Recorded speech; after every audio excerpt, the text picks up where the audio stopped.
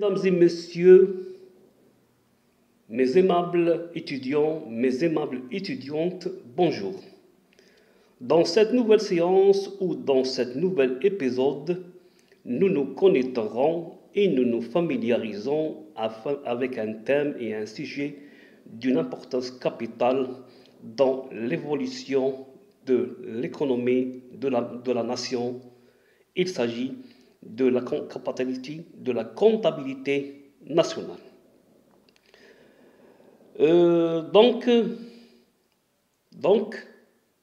Avant d'aborder ce sujet et ce thème très important, il est préférable et souhaitable de donner et connaître le concept de la comptabilité nationale, l'objet de la comptabilité nationale et aussi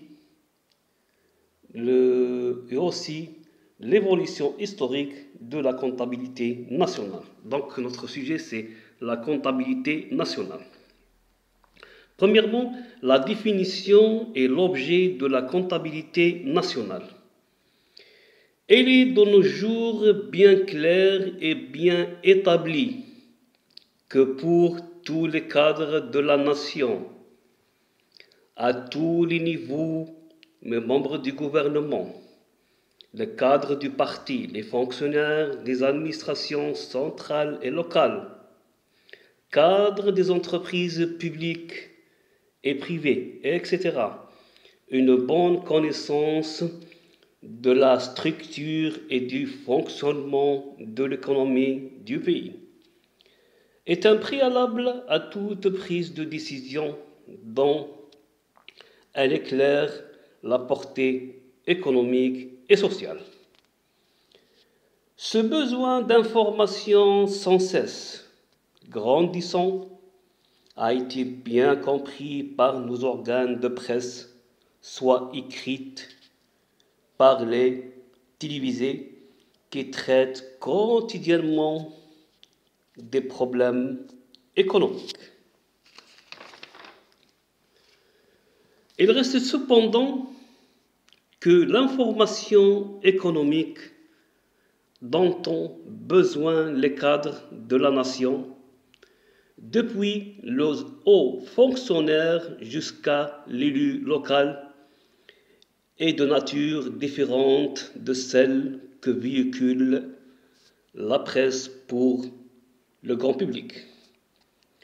Pour satisfaire leurs besoins grandissants d'information, les acteurs économiques ont à leur disposition plusieurs sources d'informations économiques, parmi lesquelles la comptabilité nationale tient une place très importante due à la nature des objectifs qu'elle se propose d'atteindre. En effet, la comptabilité nationale n'est ni une géographie économique, ni un simple annuaire statistique. C'est que la comptabilité nationale est un instrument à la fois d'observation et d'analyse de la vie économique du pays. Elle vise à décrire l'ensemble des circuits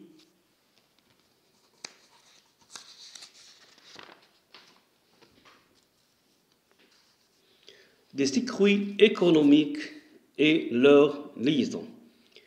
Elle permet de quantifier et d'enregistrer dans un cadre comptable commun et rigoureux toutes les opérations de nature économique effectuées pendant une période donnée dans le pays étudié. Elle met ainsi en relief les différentes relations d'interdépendance entre les différents acteurs économiques et nous renseigne sur la structure et l'évolution de l'économie. C'est alors une description ex post chiffrée et simplifiée de la vie économique du pays. Elle rassemble les informations économiques dans un cadre comptable cohérent au sein de tableaux et comptes qui résument de façon simplifiée les différents aspects de l'économie du pays et permettent ainsi d'en analyser la structure et l'évolution. L'équilibre comptable de ces tableaux et comptes permettent de contrôler la cohérence des résultats ainsi obtenus.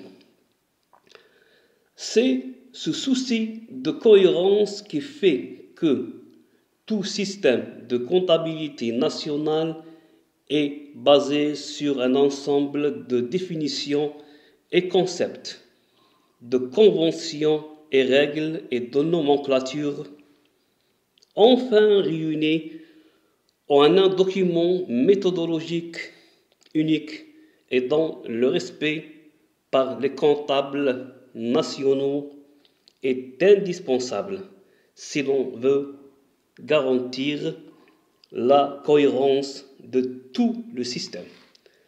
Ce document méthodologique permettra également aux utilisateurs de la comptabilité nationale de parler le même langage. En ce sens, on peut dire que la comptabilité nationale est une langue économique spéciale dans le dictionnaire et le document des méthodes.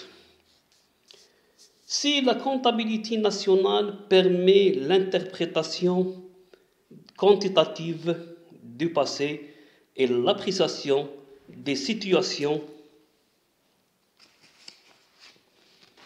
présentes, elle est également grâce au cadre comptable cohérent qu'elle fournit un excellent outil de développement économique en permettant de tester et de coordonner entre elles les décisions de politique économique et d'en apprécier les effets aussi bien à court terme grâce à l'utilisation des budgets économiques qu'à moyen et long terme en facilitant la mise en œuvre et le contrôle des plans de développement. Précisons tout de suite que la comptabilité nationale n'est pas neutre quant à la façon dont elle présente les faits économiques. En effet, les concepts, les définitions de base de la comptabilité nationale découlent de l'analyse de l'activité économique faite par les comptables nationaux qui subissent l'influence de telle ou telle école de la pensée économique, exemple les néoclassiques ou les marxistes, etc.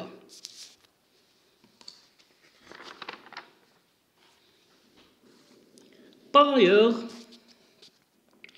la comptabilité nationale n'est pas sans lien avec l'information statistique, dont elle est un des plus grands utilisateurs. En effet, il ne peut y avoir de comptabilité nationale sans statistique. Mais à l'inverse, et pour répondre aux exigences sans cesse croissantes de ses utilisateurs, et grâce au système cohérent et intégré qu'elle est, la comptabilité nationale a introduit un réel progrès dans la collecte, la qualité et la cohérence des statistiques. En dernier, dans la conclusion, il ressort de ce qui précède que la comptabilité nationale est une méthode comptable qui utilise les résultats de la théorie économique avec des données statistiques brutes pour donner une image chiffrée, globale mais simplifiée de l'économie nationale pendant une période donnée. Elle est en même temps un instrument indispensable au service de la politique économique. En dernier, on vous remercie de votre attention, de votre suivi et de votre patience. Et on souhaite et espère que ces notions sont bien maîtrisées et comprises. On vous remercie aussi de votre soutien.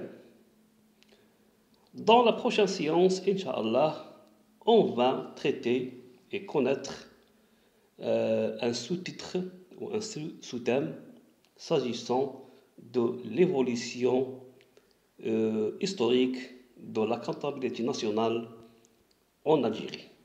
Merci beaucoup. C'était avec vous le professeur Monsieur Kifif Mohamed.